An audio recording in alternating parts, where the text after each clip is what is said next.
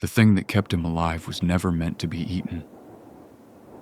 For 4 days, an 18-year-old boy lay in the dark with a broken wrist on a mountain the government had closed for killing people, and the only thing standing between him and a cold that had already taken dozens off that same trail was something most people spit into a sink every morning. He squeezed it onto his tongue. He gagged most of it back up. He waited, and he did it again. Getting him off that mountain would take 30 people, a blizzard, 80,000 yuan, and one rescuer gored by a wild ox along the way. But all of that came later. For 4 days it was just the boy, the dark, and a tube of toothpaste. This is the part the drone footage never shows you. To understand how he got there, go back 10 days, onto his phone, where the apps kept feeding him the same place. A black spine of mountains under a sea of gold cloud. A sunrise you could stand inside. Drone shots set to music. That's the mountain this film is really about. Not the rock and the snow. Those don't care about anyone. The one that nearly killed him was the one on the screen. The one with the death edited out. He was 18, a kitchen hand far from home. And in China's hiking world, the place had a name that pulled at exactly that kind of boy. The Dragon's Spine. A forbidden ridge people talked about like a test you had to pass to be one of the strong ones. And for a boy who once said he had lost the spirit of being young, that was the whole appeal.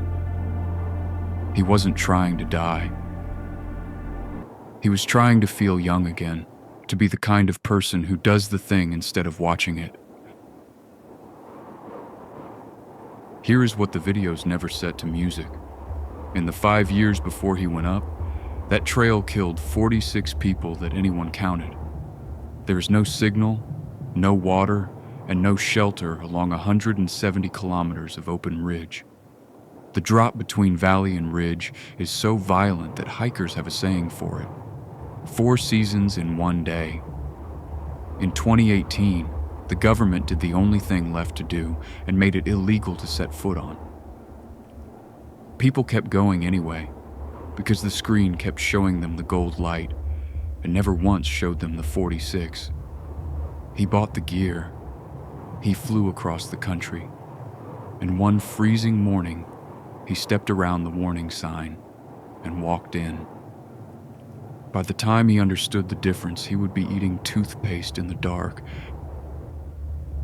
For the first 2 days, the real mountain just made him work. Snow to his knees.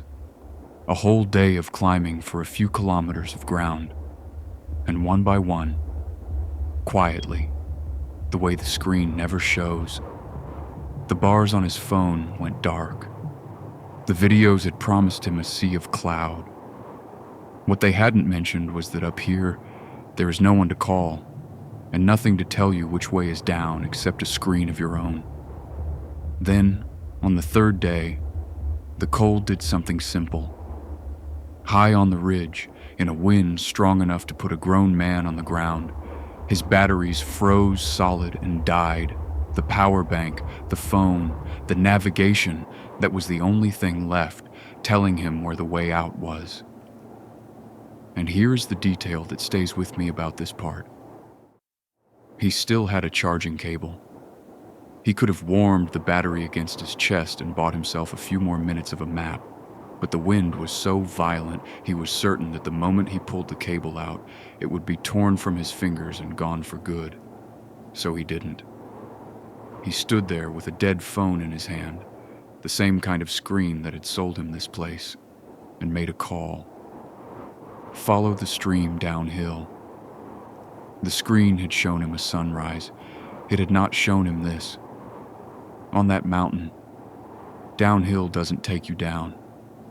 It takes you into the gorges. On the 4th day, the fog came down until he could barely see his own hands, and somewhere on a slope of loose granite, his foot goes out from under him. He falls. When he comes to, His right wrist is broken, his pack has split open, and the things keeping him alive, his sleeping bag, his food, are gone, scattered down a drop he will never be able to climb back to. So this is where the gold light has actually brought him on the fourth day. 18, alone, hurt, no shelter, no food, on the deadliest trail in China, and the temperature that night is heading for 30 below. The videos end on the summit. This is the next frame, the one that never gets posted. And this is where his story should have ended. It should have. But this is the part the news told in a single sentence. And it's the part that actually matters. First, the food. He had none. So he reached for the one thing in his pack with any calories left in it. His toothpaste. In the dark, he squeezed it onto his tongue. There's a little sugar in toothpaste, a few calories, the kind of thing a shivering body burns in under a minute. It made him gag. He kept it down. And the next time the hunger got bad enough, he did it again. This is the small mercy. It gets worse from here. When the toothpaste ran low, he went further. He had a bottle of cologne, the cheap floral kind people in China splash on to keep the mosquitoes off, more than 70% alcohol. He drank it. It gave him a few minutes of a warmth that wasn't real, and it poisoned him a little, and he drank it anyway. The screen had promised him a sunrise to stand inside. This is what it actually cost. A boy drinking bug spray in the dark to feel warm for 4 minutes. And here, just once, is what the cold was doing to him while he did. When you start to freeze, your body shakes. That's it making heat. The dangerous moment isn't the shaking. It's when the shaking stops, because that means the fuel has run out. His stopped. So he forced his body to do its job by hand. Jammed into a crack in the rock, he jumped on the spot and pounded his chest with frozen hands, hour after hour, because he understood that the moment he let himself go still, he might not start again. And then the mountain took the last thing he had, his own mind. He heard voices in the trees, clear, speaking to him. He saw his family standing out in the snow, watching. Climbers have a name for the figure your mind builds when you are this far past what a person can take. They call it the third man. He walked with it for days. He has said that one of those nights he crawled into a gap in the rock, pulled himself into the smallest shape he could make, and slept. That instinct, to burrow into the dark and go still, is one of the last things people do before the cold finishes them. He did it, and he woke up. And then, somehow he kept waking up. And here's the thing almost no one survives long enough to do. Somewhere in those days, dragging a broken wrist half out of his mind, he had walked himself to within about 5 kilometers of the way out. A forestry road, the kind that leads to a town, a phone, a warm room, the end of all of it. And then the road split in two. No sign, no marker. One way went down and out, the other went back up, into the forest, into the dark, into no signal at all. The screen sells the summit as the hard part, and the way home is the reward. It never tells you that the mountain saves one more trick for the end. A choice, with no information, when you have nothing left to make it with. He chose. He turned, and he walked back up into the mountain that was trying to kill him. And it would be days before anyone understood how close he had come, and missed. His trip was supposed to last a week. When it didn't, and the messages stopped, his father, far down in the world below, called the police. The people who went up for him weren't a famous National Rescue Brigade, whatever you might have read. They were local porters and volunteers, 30 of them. The same screen that edited the death out of his mountain had never once filmed the people who pay for it. The ones who walk into the same storm when a stranger can't get himself out, and bleed they did. At one point, a wild taken, a 600-pound mountain ox, came out of the snow and scattered them down a cliff. Several were hurt, and while they were searching for a boy who was still alive, they found someone who wasn't. A tent in the snow, and inside it, a hiker who had walked up this same trail a year before and never walked back down. They had come looking for the living. The mountain kept handing them the dead. On the 10th morning, a search party stopped to rest and lit a fire.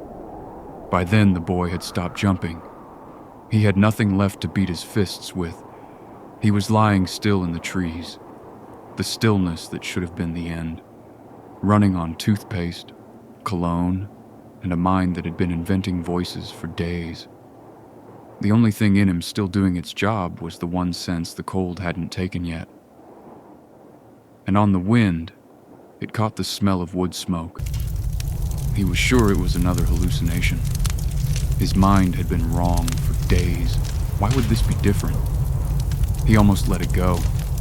And then he called out with whatever was left of his voice. At 14 minutes past 11, they found him. Frostbitten, broken, barely conscious, alive. 10 days after he stepped around that sign, the mountain let him go. They carried him down, and a surgeon put his wrist back together. And then his family got the bill. The rescue had cost about 80,000 yuan, roughly 11,000 US dollars. And here's what most of the English coverage got wrong. They reported it as a fine. It mostly wasn't. The government's actual penalty for crossing into a closed reserve was a separate 5,000. The 80,000 went to the porters and villagers who had climbed into a blizzard and bled to carry a stranger off that ridge. That's the last thing the screen edits out. It shows you the hero coming home. It never shows you the invoice, or the rescuer with the broken bones, or the question the whole thing leaves behind, which is the one China still hasn't settled. When someone ignores the law, ignores the signs, walks into a place that's closed precisely because it kills people, and then needs saving, who is owed what, and by whom? That one isn't ours to answer. He lived. He went back to his life. He changed his profile online to 5 words. Do not trek illegally. Learn from me. And in an interview, he said the thing that stayed with me. We don't conquer the mountain. Sometimes it just lets us go. That tube of toothpaste is in a drawer somewhere now, or a bin. The most ordinary object in the world. It kept a person alive for 4 days because everything that was supposed to, the gear, the plan, the trail that looked so easy on a screen, didn't. That trail keeps killing people, and the videos that pull them up there are still running. The gold light is real. It's only the part that nearly killed this boy that gets edited out. Somewhere right now, someone is watching that same light for the first time, feeling the same pull, wanting to feel young and alive, and like the kind of person who goes. They can't see the 46.